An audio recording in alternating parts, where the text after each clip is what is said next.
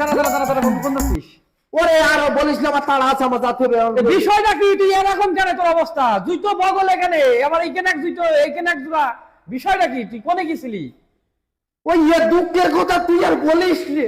কেন, কি হইলো কি? আমার সাথে এরকম হয় কেন আমি বুঝি না, আমার সঙ্গে কেন হয়? কি বিষয়টা সেটা বলবি তো আগে। কাঁদছিস কেন? ওরে আমি ওই জীবনের রিস্ক নে। আচ্ছা আমি ওই কালকে ওই বাটার শোরুম টোরুম সব ভেঙে ছিঁড়েছে না। আচ্ছা আচ্ছা আচ্ছা।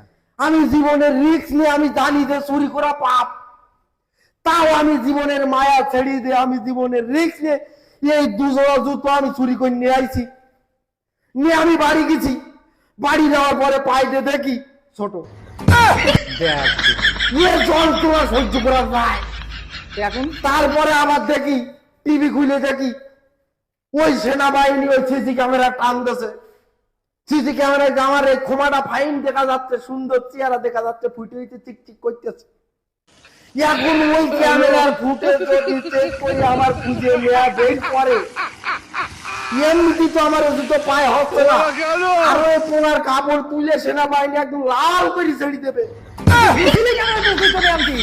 এই জলগুলো আমি ভাবতেছি, এটা আমি যাচ্ছি এই জুতো ফেরত দেবো। যা দে মাপ